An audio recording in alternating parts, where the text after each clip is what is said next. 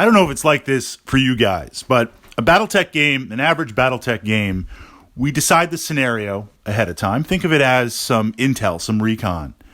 We maybe discuss the terrain, and then we build our lances. And of course, we establish a battle value, 8K, 10K, 5K. I tend to play in the higher battle value ranges. This is Inner Sphere.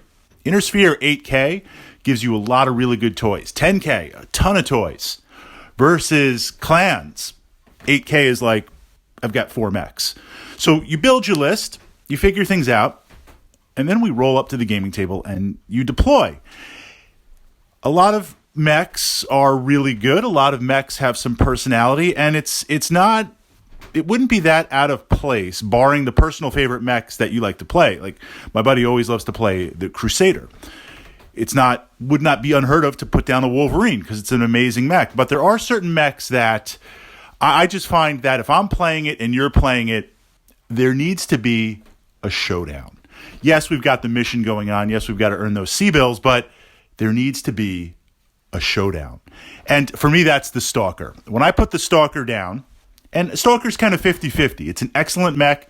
I love it. It's definitely up there on my top 10 mechs to play.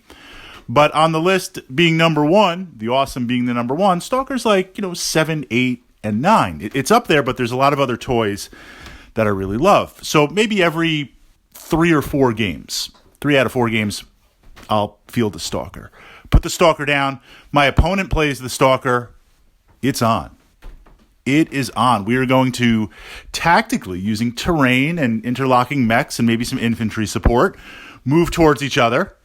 But we're moving towards each other. I'm going to run towards you as fast as a Stalker can run, guns blazing, missiles blazing, and fight it out. What I've noticed with the Stalker, and this goes back to kind of tactical management, it is a mech that you want to get closer with. You want to get as close as possible for 3 reasons. The raw tonnage. I'm kind of working backwards, actually. I should stick to the phases, so we're going to switch that.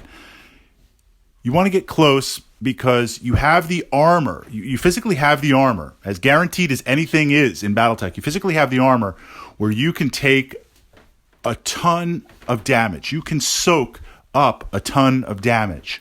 So you can afford to be a little bit risky. Of course, your risk analysis might be higher or lower, but you can be a little bit risky to sit there and really leverage the massive amounts of weaponry that you have. Those massive amounts of weaponry to kind of punch through your opponent and take a turn or two of return fire. So that's an advantage. Second, you've got a whole brace of really powerful short-range weapons. You want to utilize that. And when you start to push the heat on the Stalker, and this is kind of true of all Inner Sphere mechs, but when you try to push that heat, now it's going to be cutting down, it's going to be adding modifiers, either to movement or to hit. So if I'm going to be pushing the heat and I'm going to start stacking those modifiers, I need to keep down my movement modifiers, and I need to keep down, or at least keep down my range modifiers. I mean, yes, I want to get hex to hex, base to base, but I at least want to be close enough so I'm at short range. So when I go in at shooting, the calculation is pilot skill, no range, preferably no movement, or if there is movement, it's at least walking. And my opponent is close, so they don't have tons of hexes pushing up their walking unless they're bringing another mech in. So we want to keep that as close as possible to cut down on the heat modifiers as they build. And then finally, of course, kicking.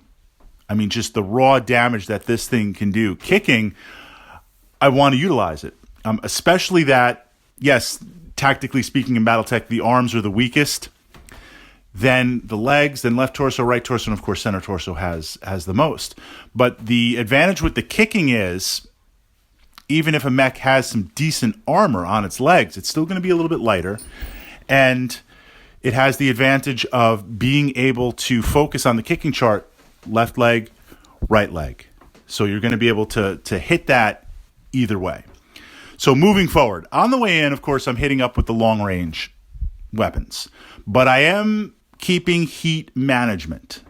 And that's hard for me. Admittedly, that's hard because I push the heat. I want the weapons.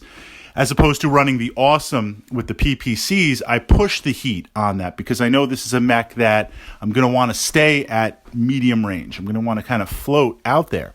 The Stalker is going to get closer and closer, and once it reaches that critical moment, I'm flipping all the buttons, all the controls off, deactivating everything, and I'm going to be shooting. So on the way in, I need to be aggressive and keep that heat down, because then as we switch to medium and short range in the second brace of lasers and SRMs, I want to be able to just unload on there. Run up there, get up there, shoot, kick, and just absorb tremendous amounts of punishment.